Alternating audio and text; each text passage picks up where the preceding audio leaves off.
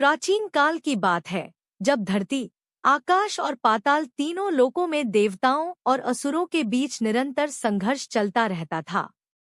उसी समय एक भयंकर और महत्वाकांक्षी असुर उत्पन्न हुआ, भस्मासुर।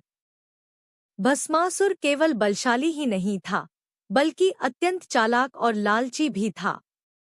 उसका एक ही सपना था, ऐसी शक्ति प्राप्त करना जिससे वह पूरे ब्रह्मांड पर शासन कर सके। भस्मासुर ने निश्चय किया कि वह ऐसी शक्ति केवल भगवान शिव से ही प्राप्त कर सकता है, क्योंकि शिव भोले हैं, वे अपने भक्तों को कभी खाली हाथ नहीं लौटाते। वह एक घने जंगल में चला गया। वहां उसने कठोर तपस्या शुरू की। दिन बीतते गए, महीने बीत गए, वर्ष बीत गए। भस्मासुर ने भोजन त्याग दिया, पानी तक छोड़ दिया। वह केवल ओम नमः शिवाय का जाप करता रहा। उसकी तपस्या इतनी तीव्र थी कि उसके शरीर से अग्नि की लपटें उठने लगी। देवता भी उसकी तपस्या देखकर घबरा गए। अगर इस असुर को कोई खतरनाक वरदान मिल गया तो वह पूरे संसार के लिए संकट बन जाएगा, इंद्र ने कहा। लेकिन तपस्या का फल मिलना ही था।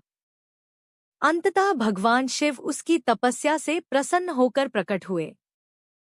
चारों ओर दिव्य प्रकाश फैल गया। गगन में डमरू की ध्वनि गूंज उठी। भस्मासुर, मैं तुम्हारी तपस्या से प्रसन्न हूँ। मांगो, क्या वरदान चाहिए? शिव ने शांत स्वर में कहा। भस्मासुर की आंखों में लालच चमक उठा।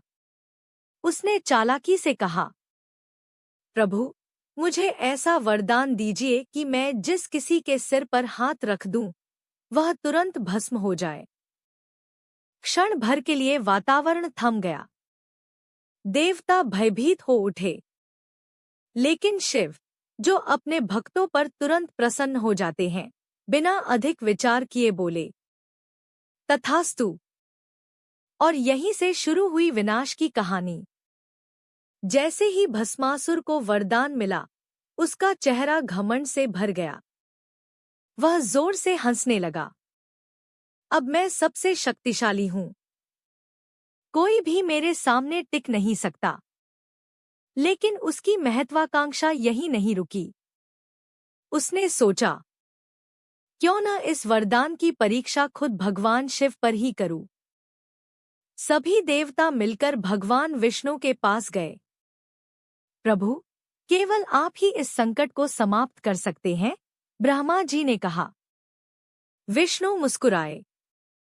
उन्होंने शांत स्वर में कहा, अहंकार का अंत बुद्धि से होता है, बल से नहीं। और फिर उन्होंने एक अद्भुत योजना बनाई। भगवान विष्णु ने एक अत्यंत सुंदर स्त्री का रूप धारण किया, मोहिनी। उसका रूप इतना आकर्षक था कि कोई भी उसे देखकर मंत्रमुग्ध हो जाए। उसकी आंखों में जादू था, उसकी मुस्कान में आकर्षण और उसके नृत्य में दिव्यता।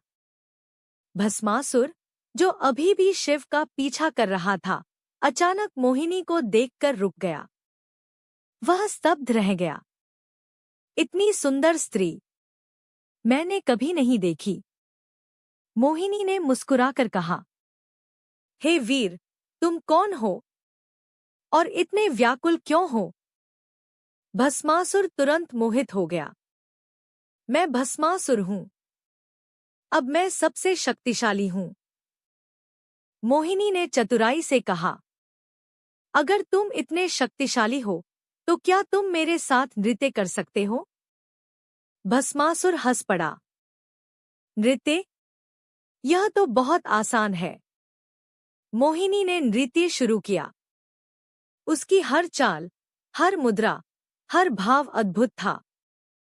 भस्मासुर पूरी तरह उसके वश में हो गया। वह उसकी हर हरकत की नकल करने लगा।